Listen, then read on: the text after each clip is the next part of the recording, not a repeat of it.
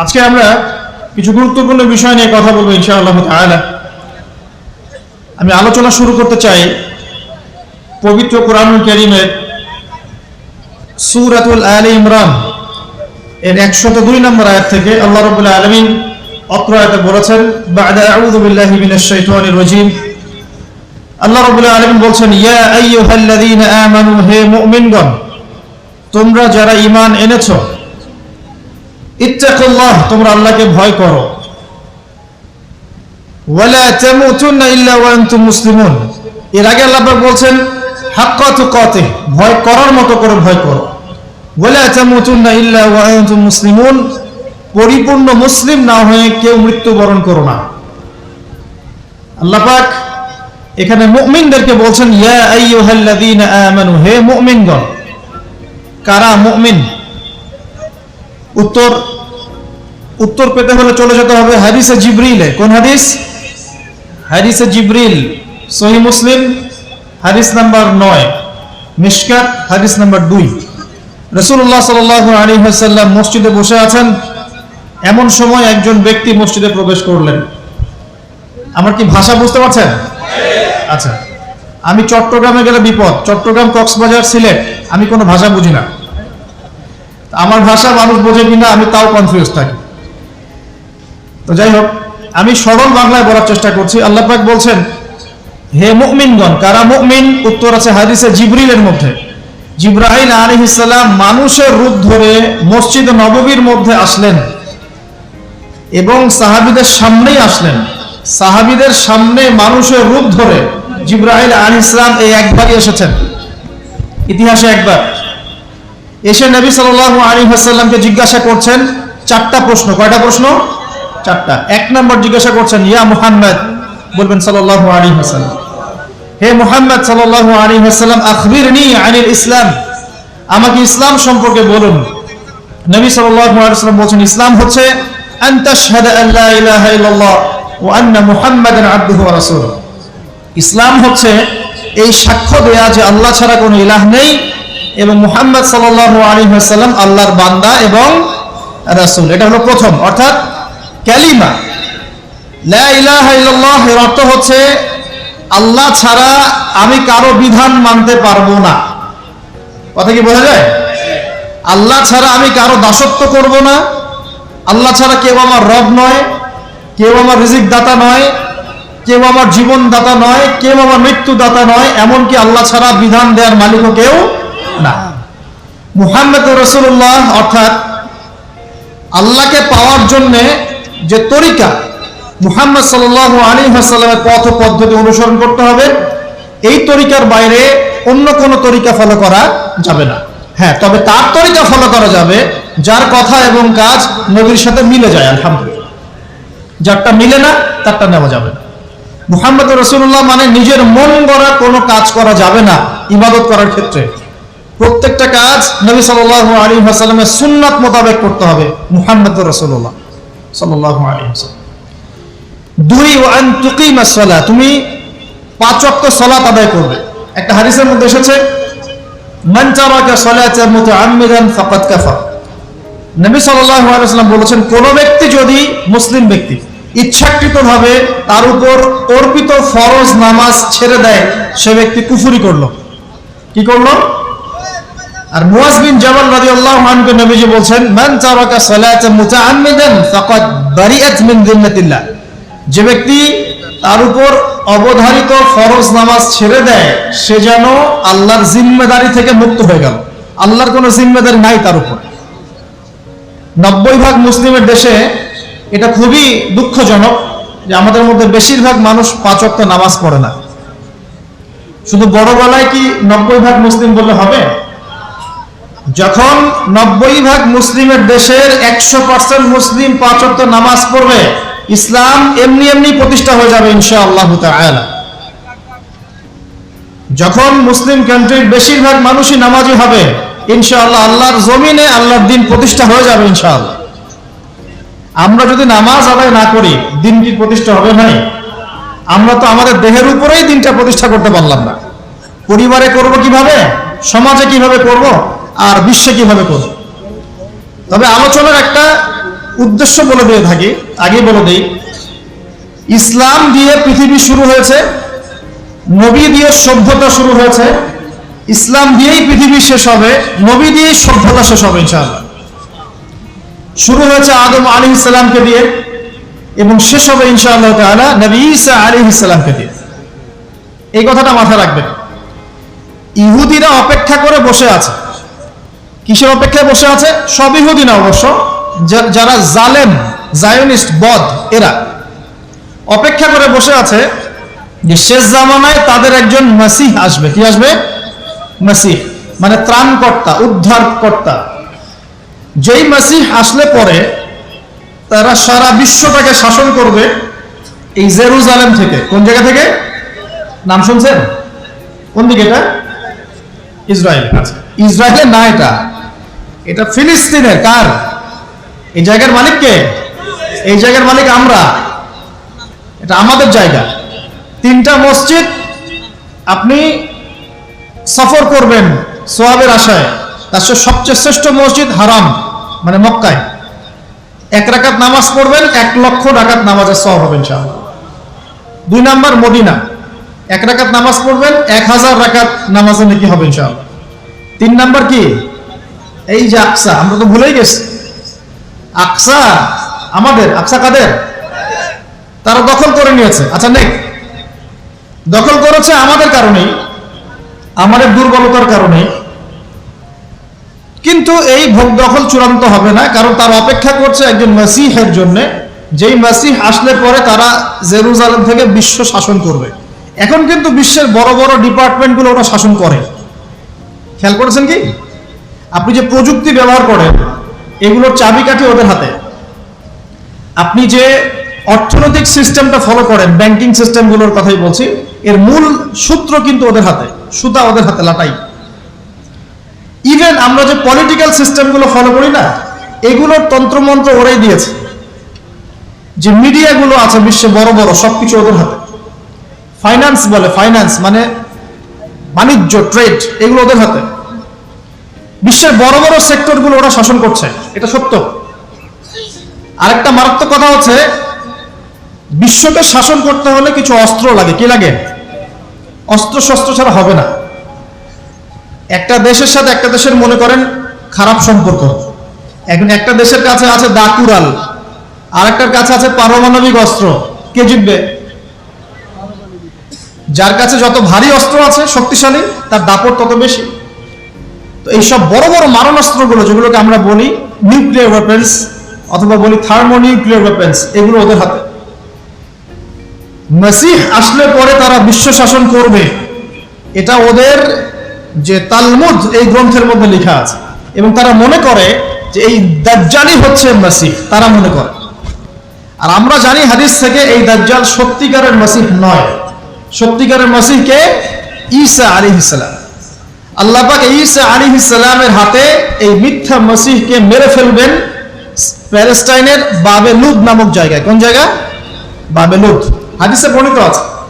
এবং তাকে মারার পরে নবী ঈসা আলাইহিস সালাম সেখান থেকে পুরো বিশ্বে আবারও ইসলামিক একটা খেলাফা কায়েম করবেন ইনশাআল্লাহ তাআলা। এটা হচ্ছে ইসলামের গন্তব্য, এটা হবেই। পৃথিবীর যত পরাশক্তিগুলো আছে এরা সবাই যদি ঐক্যবদ্ধ হয়ে যায় এবং এই ভবিষ্যৎবাণীটাকে মুছে ফেলতে চায়, কশ্চিনকালেও সফল হবে না ইনশাআল্লাহ। কারণ এটা বলেছেন কে?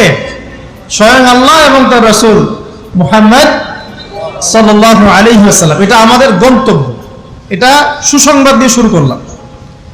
এখন আল্লাহ পাক আমাদেরকে বলছেন, হে মুমিনরা, তোমরা আল্লাহকে ভয় করো।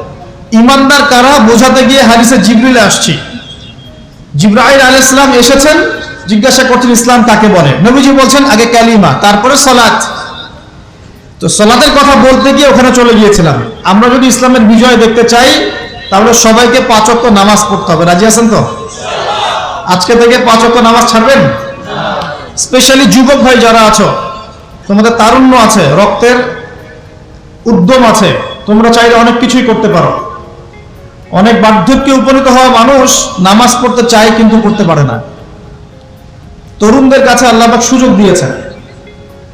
আর ইসলামের বিরোধী শক্তি যারা আছে তারা খুব ভালো করেই জানে কিন্তু যে ইসলামের বিজয়ে সবচেয়ে বড় ভূমিকা রাখতে পারে তরুণ সমাজ, যুবক সমাজ, যুব সমাজ, তরুণ প্রজন্ম। এ কারণেই তো দেখবেন তরুণ প্রজন্মকে তাদের উদ্দেশ্য থেকে সরিয়ে দেওয়ার জন্য তারা আপনার সামনে অনেকগুলো টোপ দিয়ে দিয়েছে। দেখাবো টোপ কয়েকটা। 1 নম্বর টোপ দিয়েছে মেয়ে নারী জাতি, মেয়েদেরকে বেপর্দা করে তোমার সামনে উপস্থাপন করে দিয়েছে, ফ্রি মিক্সিং। এখন তুমি আর ঈমান ধরে রাখতে পারছো না। এটা পরিকল্পিত ছিল, কারণ আল্লাহ পাক বলেন যুজ্জিনা লিন-নাস হুব্বুশ শাহাওয়াতি মিনান নিসা, মানুষের জন্য সবচেয়ে যে আকর্ষণীয় বিষয়গুলো তার মধ্যে 1 নম্বর হচ্ছে মহিলা, মানে মেয়ে, নারী জাতি। এটা আমাদের কাছে সবচেয়ে আকর্ষণীয়। আল্লাহ পাকের সবচেয়ে সুন্দর সৃষ্টিকে মানুষ না, মানুষের মধ্যে আল্লাহ পাকের সবচেয়ে শ্রেষ্ঠ সৃষ্টিকে নারী জাতি। আল্লাহ পাক তাদেরকে সুন্দর করে সৃষ্টি করেছেন, তাই নয় কি? এই কারণে পুরুষদের সবচেয়ে আকর্ষণের জায়গা কোনটা? নারী জাতি। এই কারণে মেয়েদেরকে বেপর্দা করে তোমার সামনে ছেড়ে দেওয়া হয়েছে। জেনা বেড়েছে, ব্যভিচার বেড়েছে, ফ্রি মিক্সিং বেড়েছে, ধর্ষণ বেড়েছে, এই যে হারাম প্রেমের সম্পর্কগুলো বেড়েছে। যুবকেরা তাদের জীবনের উদ্দেশ্য ভুলে গেছে। আমার কথা কি বুঝতে পারছেন? আচ্ছা, এটা 1 নম্বর। 2, মাদক। যুবকদের সামনে মাদকের সহজলভ্যতা, চাইলেই হাত বাড়ালেই মাদক, হাত বাড়ালেই ইয়াবা, হাত বাড়ালেই ফেন্সিডিল, হাত বাড়ালেই হেরোইন, তাই না? কথা ঠিক না ঠিক? যদি কেউ চায় যে আমি আজকে রাত্রে মাদক খাবো, সে পারবে, হাত বাড়ালেই পারবে। এখনকার সমাজ এমন, যদি কেউ চায় যে আজকের রাত্রে আমি পতিতালয়ে গিয়ে রাত কাটাবো, সে পারবে। 500 টাকা 1000 টাকার বিনিময়ে মানুষ এখন জেনা করতে পারে না? 5 টাকা 10 টাকা 50 100 টাকা দিয়ে মানুষ এখন ইয়াবা কিনে খেতে পারে।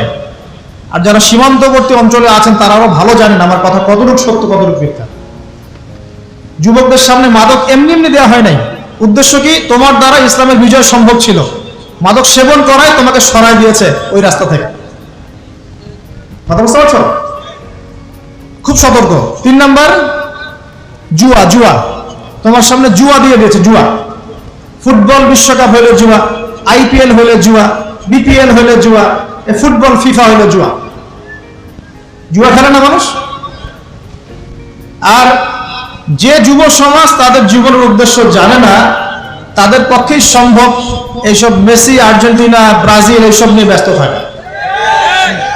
যারা নিজেদের জীবনের উদ্দেশ্য জানে তাদের জন্য কোশ্চিন কালেও এখানে সময় নষ্ট করা সম্ভব না। দুনিয়ার জীবনটা কি খেলতামাশা? দুনিয়ার জীবনটা কি খেলতামাশার জন্য? আল্লাহ পাক যে হায়াতটা দিয়েছেন, ধরেন 50, 60 বা 100 বছর, এই হায়াতটা কে দিয়েছেন? এই সময়টার মালিক কে? তাহলে আল্লাহ যদি সময়ের মালিক হয়, আমি কেন সময় 1 ঘন্টা অপচয় করবো ওখানে বসে বসে? এই সময়টাকে আমার নাকি? সময়টা আমার বাপের নাকি? সময়টা কার? আল্লাহর দেওয়ার সময় আমি টিভি সেটের সামনে বসে বসে 1.5 ঘন্টা নষ্ট করে ফেললাম। খেললো 2টা দল, তালিবা আছে, আমি মাশাআল্লাহ। কালকে দেখলাম কক্সবাজার থেকে আসার সময় রাস্তা ব্লক, পুরা একটা দল জিতেছে, পুরো রাস্তা ব্লক, হাঁটা যাচ্ছে না, মিছিল, পাগলের মতো মানুষ মোটরসাইকেলে ছুটছে, গাড়ি নিয়ে ছুটছে, সিগারেট খাচ্ছে, আর ওর যে কি খাচ্ছে, মেয়ে নিয়ে ঘুরছে, আর একটা পতাকা নিয়ে ঘুরছে। যে দেশের পতাকা নিয়ে ঘুরছে ওই দেশ জানেও না মনে হয় যে এই দেশে এই আমার সাপোর্টার আছে। হ্যাঁ, আর খেয়াল করে দেখবেন এই আয়োজনগুলো এখন করানো হচ্ছে মুসলিম দেশগুলোকে দিয়ে। মানে মুসলমানদের অবস্থা দেখলে এখন মনে হচ্ছে সুবহানাল্লাহ, যে হারাম একটা কাজকে জায়েজ করার যে কত তরিকা বের হয়েছে। এখন একটা মুসলিম কান্ট্রি জিতেছে, মানে ভাবখানা এমন যে এই জেতার ফলে আমরা ইসলামী খেলাফত কায়েম করে ফেলেছি। ভাবখানা এমন যে কুফফারদের সাথে মনে হয় যুদ্ধ জিহাদ করে বিশ্বের বুকে ইসলাম কায়েম করে ফেলেছে। ভাবখানা এমন। এই স্টেডিয়ামগুলো করতে কত কোটি বিলিয়ন ডলার খরচ করতে হয়েছে, কত শ্রমিক যে এই স্টেডিয়ামগুলো বানাতে মারা গেছে তোমরা জানোই না। কি হচ্ছে এখানে? পশ্চিমারা আসছে, এনজয় করছে, খেলাধুলা হচ্ছে। বিষয়টা কি জানেন? আমাদেরকে এই খেলাধুলার অহেতুক কাজে ব্যস্ত করে দিয়ে ওরা ওদের এজেন্ডা বাস্তবায়ন করছে। দেখবেন যখন রমজান মাস আসে তখন দেখবেন মুসলিম কান্ট্রির উপর নির্যাতন বাড়ে। যখন যখন বড় বড় ইভেন্ট হয়, ওয়ার্ল্ড কাপ, এইটা সেটা, দেখবেন ভিতরে ভিতরে মুসলিম কান্ট্রির উপর নির্যাতন বাড়তে থাকে। মানুষ একদিকে তাকায় থাকে আর একদিকে উদ্দেশ্য সাধন করতে থাকে। বুঝাচ্ছি বিষয়টা। আপনার 5টা বাচ্চা আছে মনে করেন, খুব জ্বালায়, কান্নাকাটি করে, হইচই করে। আর আপনি মোবাইল ফোনটা বের করে দিয়ে বলেছেন, বাবা বস, তোরা 5 জন মিলে একটা কার্টুন দেখ, আমি একটু কাজটা করি। দিয়ে দিলেন, ও কার্টুন দেখছে চুপচাপ, কেউ কোনো ডিস্টার্ব নাই। আর বুঝতে পারছেন? এই যে বাচ্চাগুলো কার্টুন দেখছে না, এগুলো হচ্ছে আমরা এখন। আর ওই যে কাজ করছে বা, এটা হচ্ছে ওরা, পশ্চিমারা। আমার কথা কি বুঝতে পারেন? আচ্ছা, আমি সহজ করার চেষ্টা করছি। প্রিয় যুবক ভাইরা, মেয়ে তো উন্মুক্ত করে দিয়েছেই, মাদক তো দিয়েছেই, জুয়া দিয়েছে, অহেতুক এসব খেলতামাশা দিয়েছে তোমার সামনে, তোমার সময় কেড়ে নেওয়ার জন্য, তোমার হায়াত কেড়ে নেওয়ার জন্য। তোমার মূল্যবান হায়াত, যে হায়াতটাকে তুমি আল্লাহর পথে দাওয়াতের কাজে ব্যয় করবা, দিন চর্চার কাজে ব্যয় করবা, আল্লাহর ইবাদতের কাজে ব্যয় করবা, আমর বিল মারুফ নাহি আনিল মুনকারের কাজ করবা, এই সময়টা ওরা কেড়ে নিয়েছে তোমার কাছ থেকে। বুঝতে পারছো না তুমি? আবার নেশা দিয়ে তোমার ভিতরটা নষ্ট করে ফেলেছে, জেনা দিয়ে তোমার অন্তরের নূর নষ্ট করে দিয়েছে, ফ্রি মিক্সিং দিয়ে জেনা এবং তোমার যে পবিত্রতা, চারিত্রিক পবিত্রতা নষ্ট করে দিয়েছে। আরো দিয়েছে পর্নোগ্রাফি। বেশিরভাগ যুব সমাজ এখন বাসায় গিয়ে রাতের বেলা পর্ন দেখে। দেখা যায় সারাদিন ভালো কাজ করে, বাসায় গিয়ে রাতের বেলা পর্ন দেখে। পর্নোগ্রাফি দেখে না বা দেখে নাই কখনো, এমন একটা ছেলে খুঁজে পাওয়া যাবে না। আর যখন আপনি এগুলোতে অভ্যস্ত হয়ে যাবেন, তখন শরীর খারাপ হয়ে যাবে, মন ভালো থাকবে না, আপনি একাকী গোপন পাপ করবেন, শরীর দুর্বল হয়ে পড়বে। একটা মেয়ের দিকে আপনি সম্মানের চোখে তাকাতে পারবেন না, মনে হবে মেয়ে মানেই মনে হয় ভোগের বস্তু। পর্নে আসক্ত যারা, তারা কোনো কাজে শান্তি পায় না, অস্থির। এমনকি তারা যদি বিয়ে শাদীও করে, তবু বৈবাহিক জীবনে সুখী হতে পারে না। কেন জানেন? নিজের শক্তি ক্ষমতাগুলো আগেই নষ্ট করে ফেলেছে। এবং অনেকগুলো মেয়ে যখন আপনি দেখবেন নগ্ন, তখন আপনার স্ত্রীকে আপনার কাছে সুন্দর মনে হবে না, মনে হবে এই মেয়ের চেয়ে মনে হয় ওই মেয়েটা সুন্দর, এর চেয়ে মনে হয় ওইটা সুন্দর। আর মেয়ের প্রতি সম্মান তো থাকবেই না, মেয়েকে মনে হবে একটা ভোগের বস্তু। যত বেশি পর্নোগ্রাফি বেড়েছে, তত ধর্ষণ বেড়েছে। দেখেছেন? পর্ন যত বেড়েছে, ধর্ষণ তত বেড়েছে। এমনকি ছোট ছোট বাচ্চারা পর্যন্ত রেহাই পাচ্ছে না। দেখেন না? ছোট ছোট বাচ্চা, 5 বছর 10 বছরের বাচ্চারা, মেয়ে বাচ্চাদের কথা বলছি, এদেরকেও ধর্ষণ করা হচ্ছে। যাদের ঘরে কন্যা সন্তান আছে, তারা খুবই এখন মানে বিপর্যয়ের মধ্যে আছেন আপনারা, আমরা। কারণ সমাজটা তো নষ্ট হয়ে যাচ্ছে। আপনার মেয়েকে কতদিন ঘরে রাখবেন? বাইরে তো পাঠাতেই হবে। বাইরে পাঠালে দেখবেন মেয়ের সম্মান নাই, পর্দা নাই, মেয়েকে জোর করে ধর্ষণ করা হচ্ছে। বাসে, ট্রেনে, অটোতে, অমুকে তমুকে, ট্রাকে মেয়েকে ধর্ষণ করা হচ্ছে। আর প্রত্যেক ধর্ষকের তো আর ইসলামিক ভাবে বিচার হচ্ছে না, হচ্ছে? যদি একটা এলাকায় ধর্ষণ হতো আর ধর্ষককে জনসমক্ষে ডেকে ফাঁসি দেওয়া হতো না, তাহলে দেখতেন যে ওই এলাকায় ধর্ষণ বাড়তো না, কমে যেত। যদি একটা এলাকার চোরদেরকে জনসমক্ষে নিয়ে এসে হাত কেটে ফেলা হতো, তাহলে বুঝতেন চুরি কাকে বল। ভয়ে চুরি করতে পারতো না মানুষ। আর ভাগ্য ভালো যে এই নিয়মগুলো এখন নাই। কেন ভাগ্য ভালো বললাম? ভাগ্য ভালো কেন বললাম? কারণ এই নিয়ম যদি এই মুহূর্তে চালু করা হয়, এই মুহূর্তে যে এখন এই সেকেন্ডের মধ্যে চালু করা হয়, তাহলে অনেক বড় বড় রাঘব বোয়াল যারা আছে ওদের হাত থাকবে না। কথা বুঝতে পারছেন না? কেউ চুরি করে সিসকা চোর বলি আমরা, না কি বলেন আপনারা? ছিচকা চোর বলেন। কেউ আছে চুরি করে, পুকুর চুরি করে। সিসকা চোরকে ধরতে পারলে রাস্তাঘাটে কি মাইকটা দেওয়া হয়, তাই না? মনে হয় যে নিজের শক্তি খাটানোর একটাই জায়গা চোর পিটানো। মসজিদে যদি মসজিদে যদি একটা চোর ধরা পড়ে, কি মাইকটা মারে, খুঁটির সাথে বেঁধে একদম জুতা স্যান্ডেল দিয়ে। আর সামনে যে পুকুর চুরি করে বসে আছে, কিছুই করতে পারতেছে। কি কথা মিথ্যা পড়া বসে? যদি একটা মুসলিম রাষ্ট্রের মধ্যে দুর্নীতি না থাকতো না, মুসলিম রাষ্ট্র বিশ্বকে নেতৃত্ব দিত ইনশাআল্লাহ। যদি কোনো মুসলিম রাষ্ট্রের মধ্যে দুর্নীতিটা না থাকতো না, তাহলে দেখতেন ওই রাষ্ট্র অবশ্যই বিশ্বকে নেতৃত্ব দিত ইনশাআল্লাহ। এমন অনেক অমুসলিম রাষ্ট্র আছে যেগুলো অমুসলিম হওয়া সত্ত্বেও ওদের মধ্যে কোনো দুর্নীতি নাই। জানেন? আল্লাহ পাক আমাদের সবাইকে পরিপূর্ণ মুসলমান হওয়ার তৌফিক দান করুন। দেখেন আল্লাহ পাক বলেছেন উদখুলু ফিস সিলমি কাফা, তোমরা পরিপূর্ণরূপে ইসলামে প্রবেশ করো। এখন আমি যদি নামাজও পড়ি, আবার ঘুষও খাই, এদিকে রোজাও রাখি, আবার সুদও খাই, আবার এদিকে আমি হজমরাও করি, অন্যের সম্পদ আত্মসাৎ করি, মাপে কমও দেই, মজুদদারি করি ইত্যাদি, আমি কি পরিপূর্ণ মুসলিম? আমি কি উদখুলু ফিস সিলমি কাফার উপর আমল করতে পেরেছি? আর আল্লাহ পাক এখানে বলছেন ওয়ালা তামুতুন্না ইল্লা ওয়া আনতুম মুসলিমুন, পরিপূর্ণ মুসলমান না হয়ে তোমরা মৃত্যু বরণই করিও না। করলে সমস্যা, পরিপূর্ণ মুসলমান না হয়ে মারা গেলেই সমস্যা। কি সমস্যা? ওই যে আল্লাহ পাক বলবেন মান রব্বুক, বলবে লা আদরি, আমি তো জানি না, কারণ পরিপূর্ণ মুসলমান হয়নি তো, আল্লাহর সাথে শিরক করেছে। আল্লাহ পাক বলবেন মা দীনুক, বলবে লা আদরি, আমি জানি না। মা দীনুক উত্তর কেমন করে দিতে পারবে? ইসলামের কিছু অংশ মানে, কিছু অংশ মানে না। ইসলামের কিছু অংশ মানে, নামাজ, রোজা, হজ, যাকাত, তাসবিহ, তাহলিল সবই মানে, কিন্তু সুদ ছাড়তে হবে, ঘুষ ছাড়তে হবে, জেনা করা যাবে না, মদ খাওয়া যাবে না, দুর্নীতি করা যাবে না, মানে না। তাহলে মা দীনুক কি উত্তর দিবে? মান নবিয়ুক, কে নবী? উত্তর কিভাবে সম্ভব? নবীর সুন্নতি তো নাই গায়ের উপরে, চেহারায় নাই, কাপড়ে নাই, চলাফেরায় নাই, ওঠা বসায় নাই, ইবাদতে থাকলেও অর্থনীতির মধ্যে নাই, অর্থনীতির মধ্যে থাকলেও সংস্কৃতির মধ্যে নাই, সংস্কৃতিতে থাকলেও সমাজে নাই। নবীর সুন্নত কি খালি ঘরে তসবিহ টেপার মধ্যেই? মানে আমরা খালি সুবহানাল্লাহ সুবহানাল্লাহ পড়বো, এটাই সুন্নত? দাড়ি ছেড়ে দিব, এটাই খালি সুন্নত? টাকনোর উপরে কাপড় পরবো, এটাই কি খালি সুন্নত?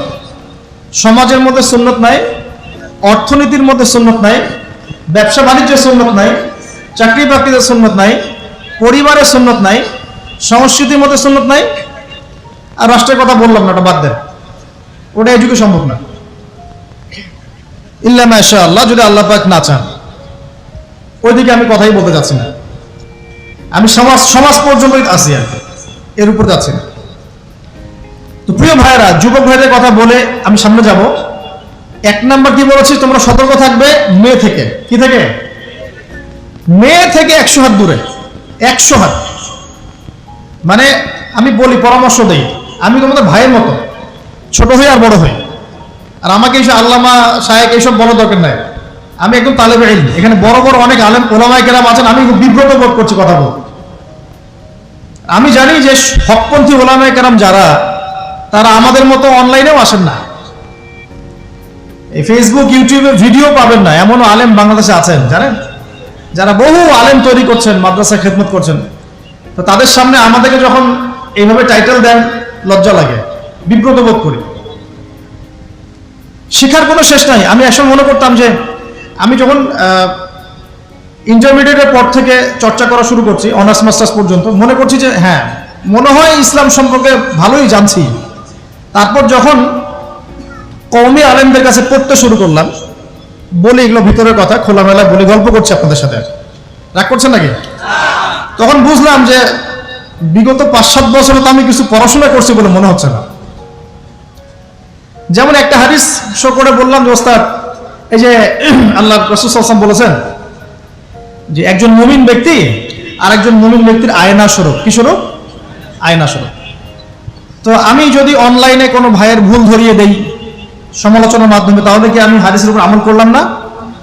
তখন ওস্তাদ মিটিমিটি হাসছেন, বলছেন যে তোমার তো টুকটাক অ্যারাবিক গ্রামারের বেস ভালোই, তোমার কি মনে হয়? আমি বললাম যে আমার কাছে তো এটাই মনে হচ্ছে যে আমি যদি সমালোচনা করি, আমি তো আমর বিল মারুফ নাহি আনিল মুনকারের কাজই করলাম। তো তিনি বলছেন আসলে এই হাদিসের ব্যাখ্যা এমন নয়। কেমন ব্যাখ্যা? তুমি কি খেয়াল করো নাই? আমাকে বলছে তুমি কি খেয়াল করো নাই, তুমি যখন আয়নার সামনে গিয়ে দাঁড়াও, তখন আয়না কিন্তু তোমার সাথে কথা বলে না, আয়না নীরব থাকে, স্থির থাকে, কিন্তু তোমার দোষ ত্রুটি কোথায় আয়না কিন্তু দেখিয়ে দেয়।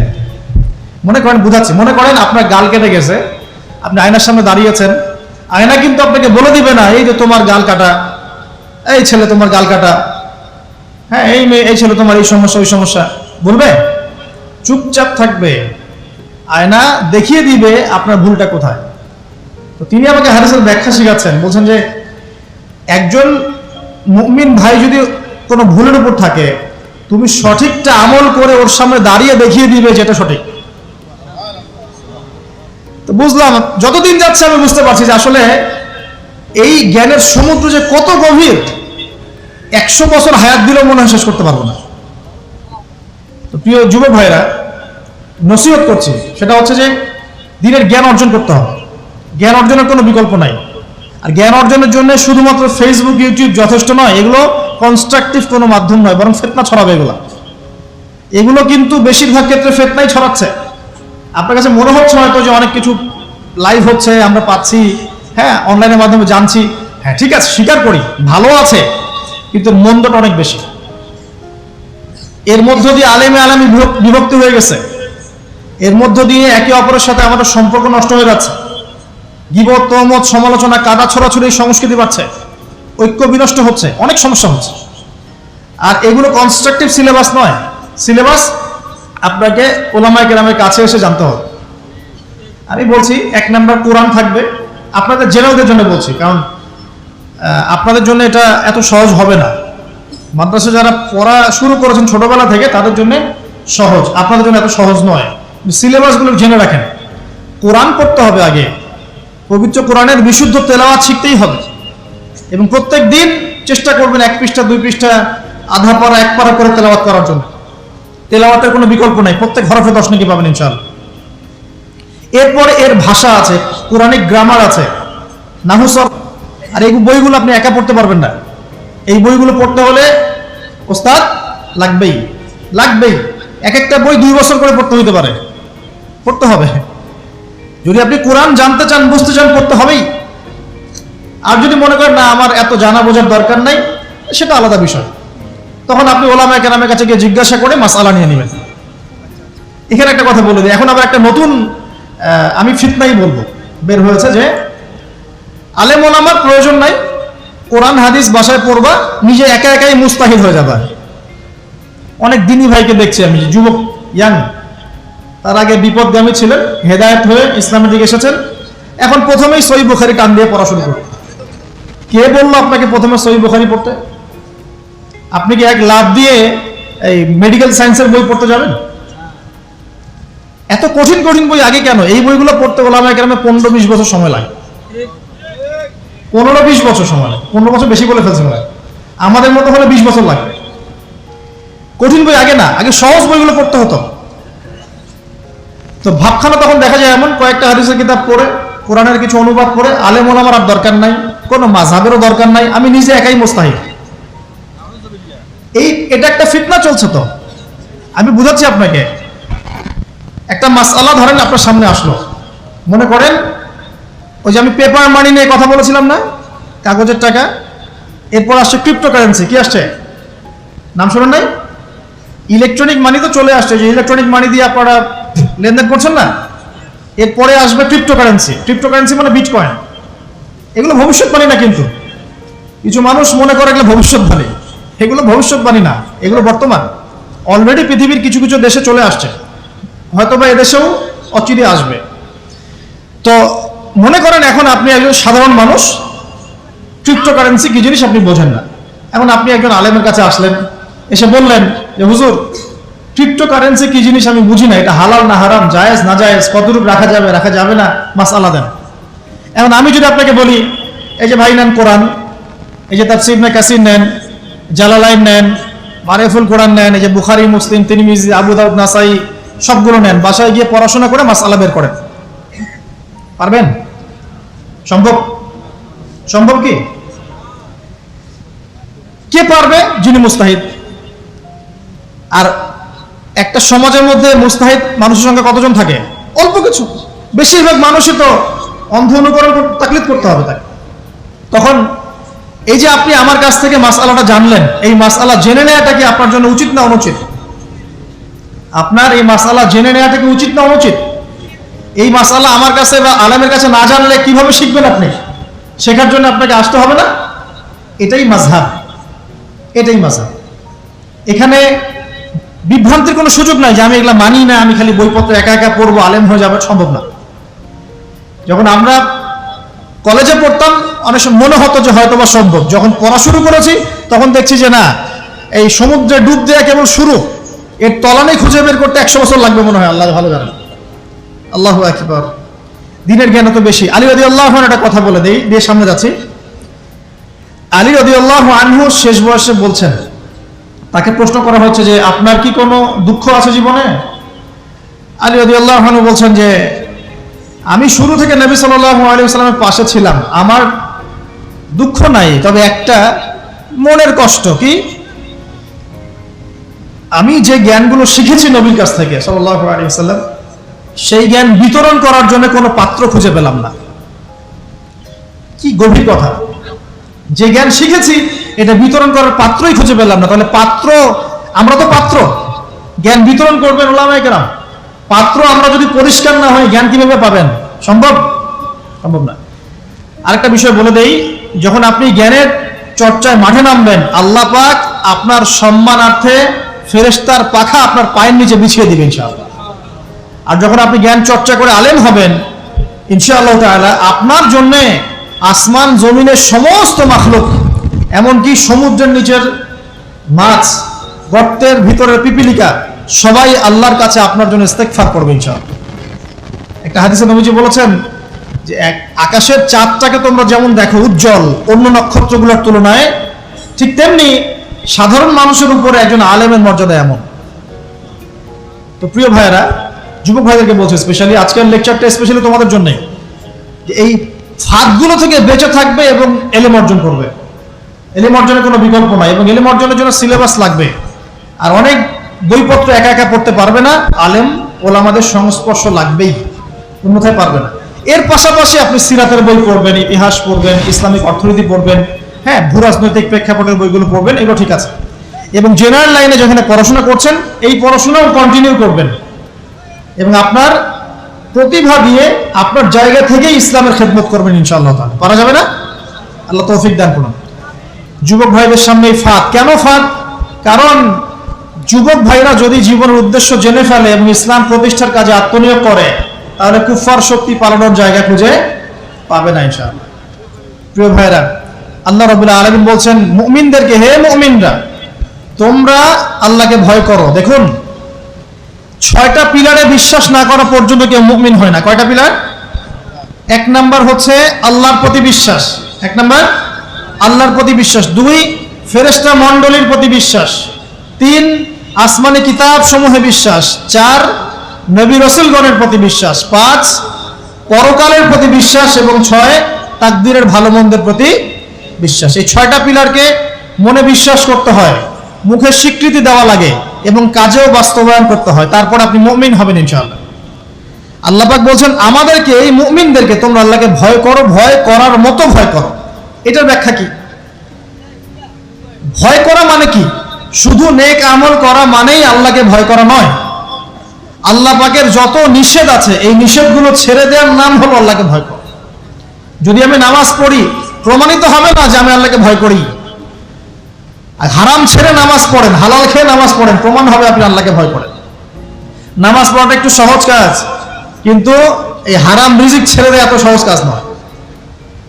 রোজা রাখা সহজ কাজ তুলনামূলক, কিন্তু সুদ ঘুষ ছেড়ে দেওয়া এত সহজ কাজ নয়। তাসবিহ তাহলিল করা সহজ কাজ, কোরআন তেলাওয়াত করা সহজ কাজ তুলনামূলক, কিন্তু ওই বোনের সম্পত্তি তাকে ফিরিয়ে দেওয়া এত সহজ নয়। অন্য মুসলিম ভাইয়ের মান সম্মান রক্ষা করা তো সহজ নয়। পরিবারে পর্দা এবং নামাজ কায়েম করা তো সহজ নয়।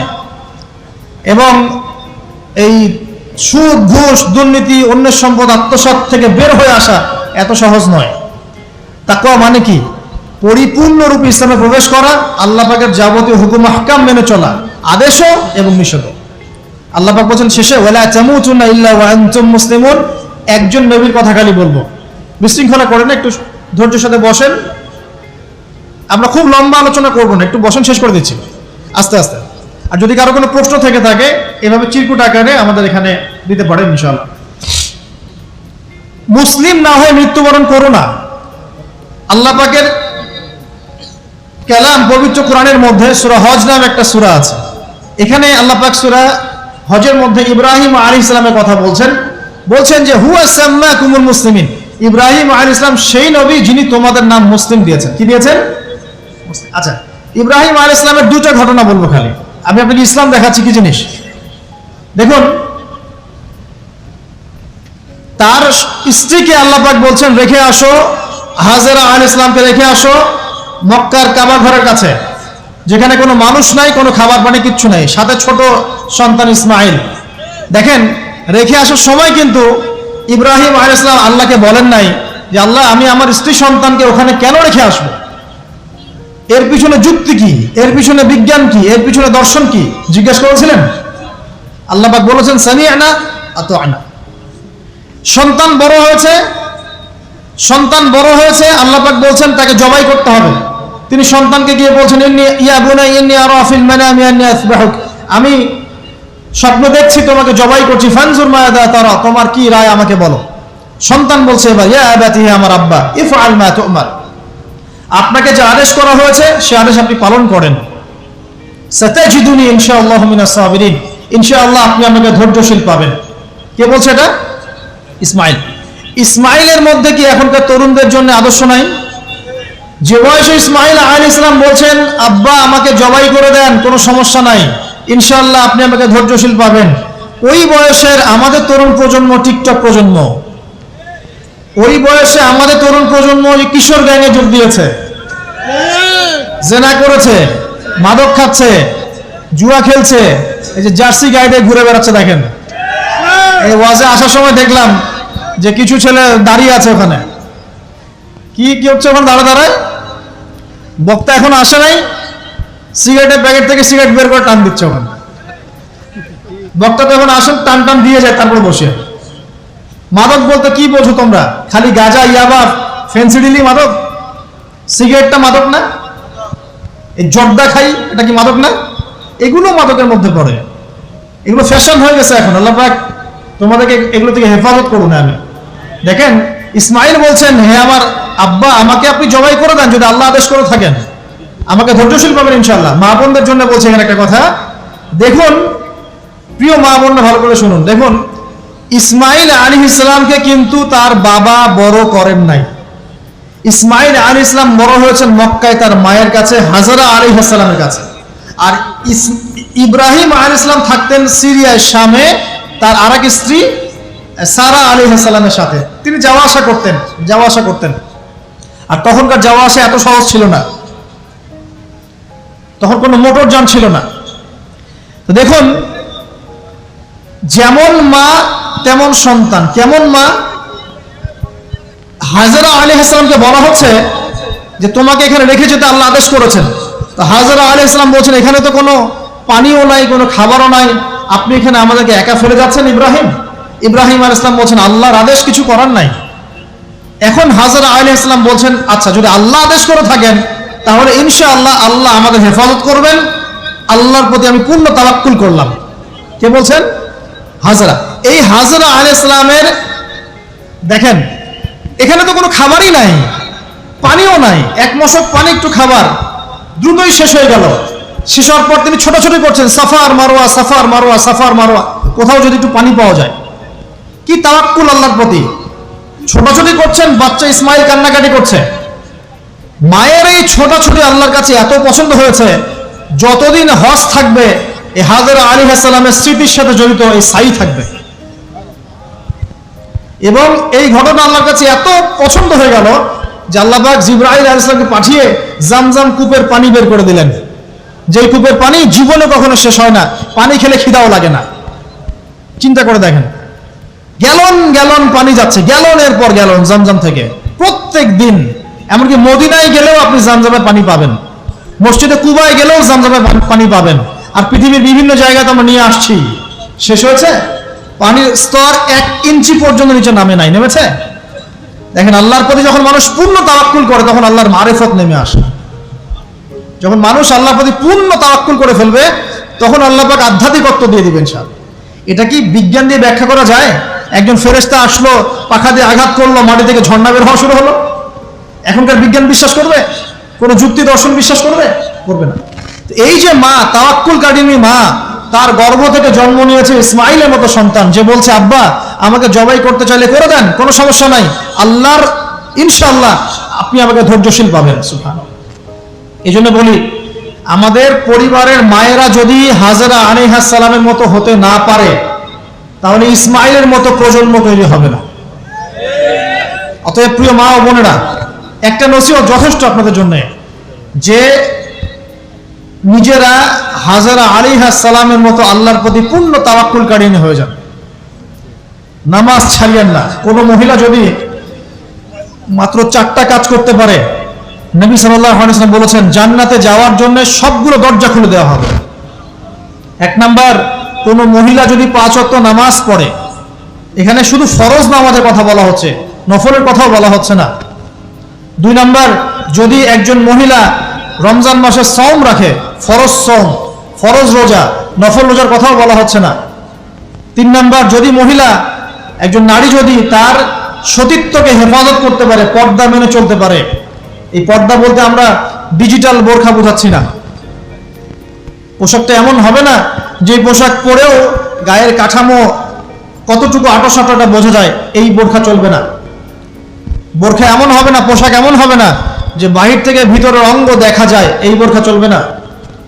পোশাক এমন হবে না যে পোশাকটা পুরুষদের পোশাকের সাথে সাদৃশ্য আছে, গেঞ্জি টি শার্ট পরা যাবে না। পোশাকটা এমন হবে না যেই পোশাকটা অমুসলিমদের সংস্কৃতির সাথে বা ধর্মীয় কালচারের সাথে সাদৃশ্য আছে, এমন পোশাকও চলবে না। যদি কোনো নারী 3 নাম্বার তার লজ্জাস্থানের হেফাজত করতে পারে, মানে শরঈ পর্দা মেনটেন করতে পারে, আর পর্দা করে যদি কলেজে গিয়ে আর ইউনিভার্সিটিতে গিয়ে সহি প্রেমে লিপ্ত হন, তাহলে পর্দা হবে না। কথা বুঝতে পারছি না মনে হয়।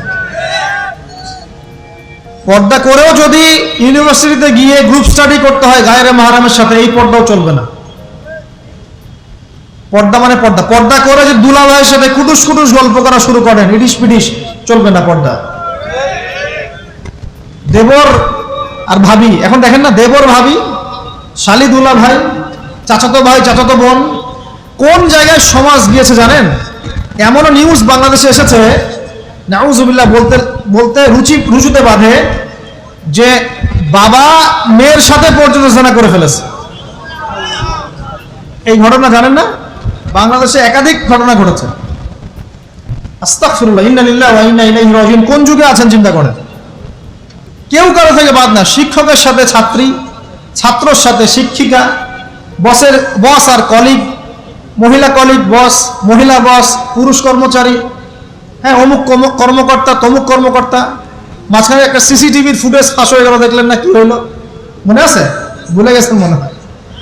একটা টাইটেল, একটি সিসি ক্যামেরা সারা জীবনের কান্না, মনে নাই? ভুলে গেছেন আপনারা? হ্যাঁ, এই যে মনে আছে। তো কে কার থেকে বাদ? ফুফাতো ভাই, চাচাতো বোন, হ্যাঁ খালাতো বোন, খালাতো ভাই, মানে কাজিন কাজিন, দেবর ভাবি, শালাদুল্লাহ ভাই, শালিদুল্লাহ ভাই, সব দেখবেন জেনা করতেছে। করতেছে না? পরকীয়া তো নিত্যদিনের ব্যাপার। পরকীয়া না করলে এখন পেটের ভাতই হজম হয় না।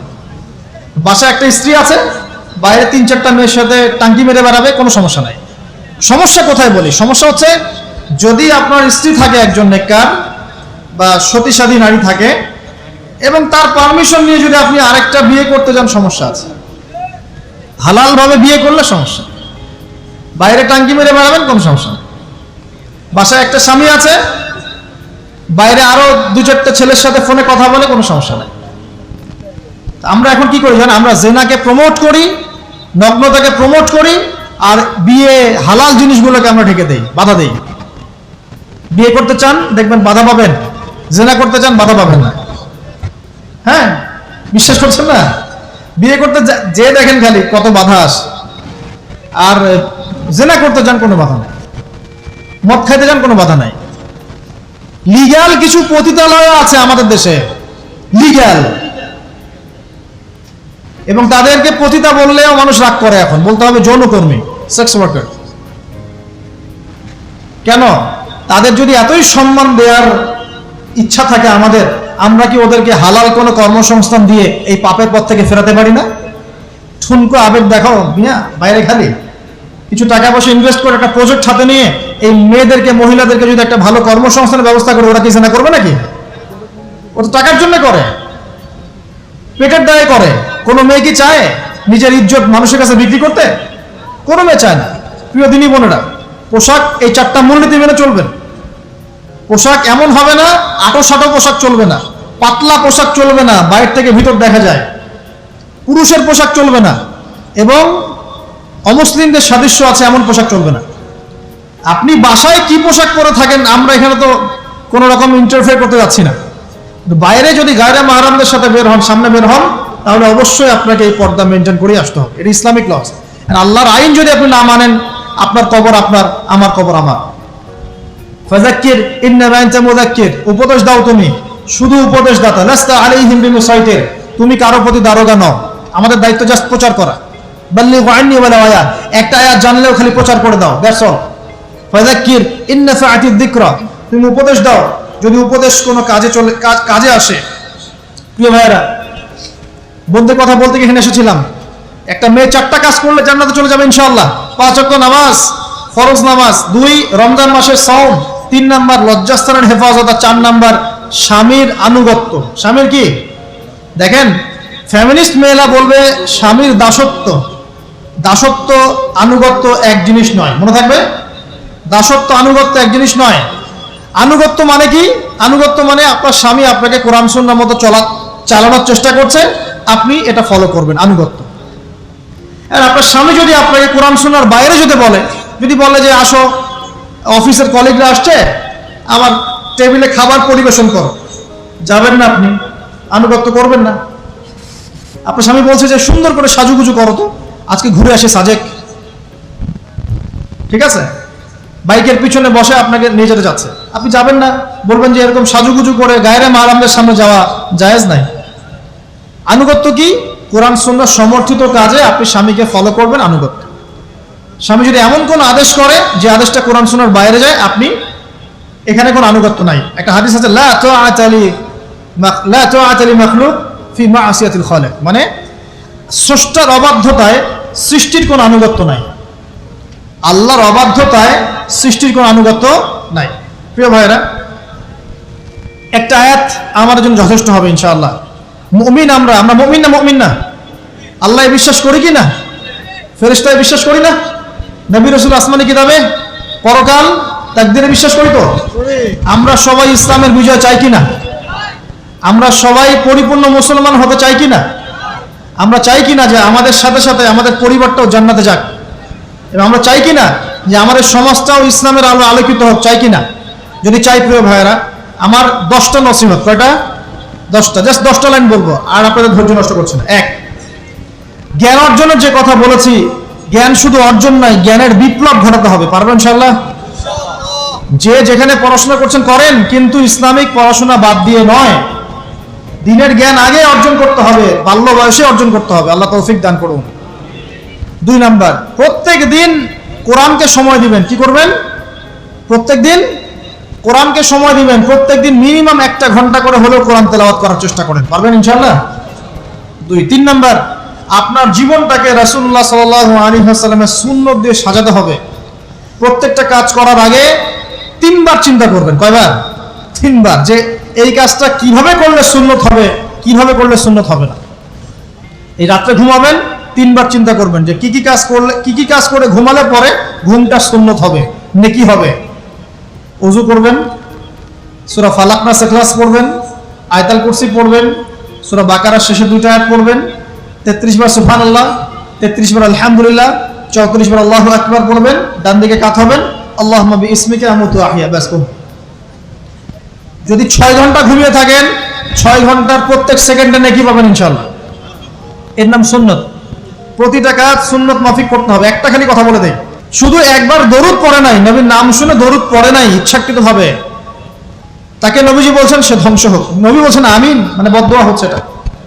তাহলে সারা জীবন যে আমরা দাঁড়িয়ে রাখছি না, টাকনুর নিচে কাপড় পরছি, হ্যাঁ, যে গোফ লম্বা করে একদম শুশুকের মতো রেখে দিয়েছি, কাটছি না, লেবাস ইসলাম না আসছে না, নামাজ পড়ছি না, সুন্নাহ মোতাবেক জীবন করছি না, আমাদের কি হবে?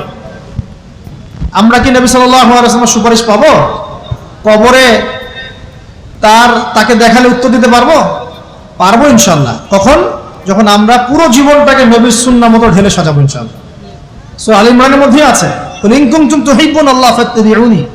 আল্লাহ বলেছেন, হে নবী বলে দিন, তোমরা যদি আমার ভালোবাসা চাও, আল্লাহকে পেতে চাও, তাহলে নবীকে অনুসরণ করো, আমাকে অনুসরণ করো। আল্লাহ পাক কি করবেন? ইউহিব্বুকুমুল্লাহ, আল্লাহ পাক তোমাদেরকে ভালোবাসবেন। ইয়াগফির লাকুম যুনুবাকুম, আল্লাহ পাক তোমাদের সমস্ত গুনাহ মাফ করে দেবেন ইনশাআল্লাহ। আল্লাহু গফুর রহিম। 3 নাম্বার বলেছি ভাই, নবীর সুন্নাহ মতো জীবন গড়েন। 4, একটা হালাল রিজিক অন্বেষণ করেন, হারামে যাবেন না। ওয়াদা করেন যে না খেয়ে মরে গেলেও হারাম রিজিকে যাবেন না। পারবেন তো ইনশাআল্লাহ? আল্লাহ পাক তৌফিক দান করুন। 5 নাম্বার, পরিবারের আদর্শ হবে জান্নাতি আদর্শ। পরিবারের মধ্যে অনইসলামিক কোনো কালচার ঢুকতে দিবেন না। টিভিটা আছে না পরিবারে, আসার মানে আছে ভেঙে দিবেন একেবারে। যদিও বা টিভির চেয়ে ডেঞ্জারাস জিনিস এখন আমাদের হাতেই থাকে। টিভি তো তাও মানুষ সবাই একসাথে বসে দেখতো, যে যার মতো দেখতে পারতো না। একটা নাটক সিনেমা দেখলেও সবাই মিলে দেখতে হতো। এখন তো ফোন, সবার ঘরে ঘরে একটা পৃথিবী, সবাই ঘরে ঘরে যে যার মতো দেখছে আর কি।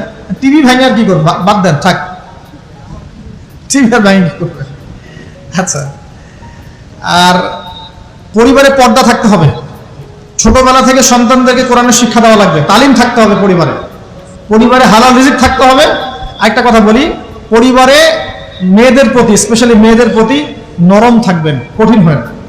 কারণ আমার অভিজ্ঞতা থেকে বলছি ভাই, নারী জাতির প্রতি কঠিন হয়ে কোনো ফায়দা নাই। যত কঠিন হবে তত সমস্যা। আর এই ব্যাপারে আপনার চেয়ে আমার অভিজ্ঞতা 1 ধাপ বেশি, মাত্র 1 ধাপ। আচ্ছা, 5টা। 6 নম্বর হচ্ছে ইসলামিক কিছু ফাউন্ডেশন বা অ্যাসোসিয়েশন গড়ে তোলার চেষ্টা করেন। এদের কাজ হবে ইসলামের সৌন্দর্যগুলো দিয়ে সমাজ সেবা করা। পারা যাবে না? ওই যে হিলফুল ফুজুর নবী সাল্লাল্লাহু আলাইহি ওয়াসাল্লাম তৈরি করেছিলেন না?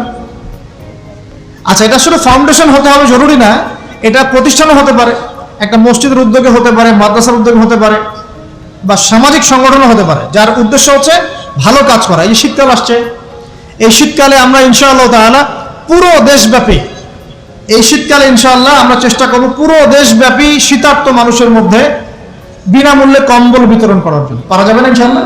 ইনশাআল্লাহ। সমাজ কল্যাণমূলক কাজ করলে কি হবে জানেন? সমাজের মানুষের কাছে ইসলামের সৌন্দর্য ফুটে উঠবে এবং ওই হাদিসের উপর আমল হবে। যদি আপনি কোনো মুসলিম ভাইয়ের একটা কষ্ট দূর করে দেন, আল্লাহ পাক আপনার একটা কষ্ট দূর করে দেবেন ইনশাআল্লাহ।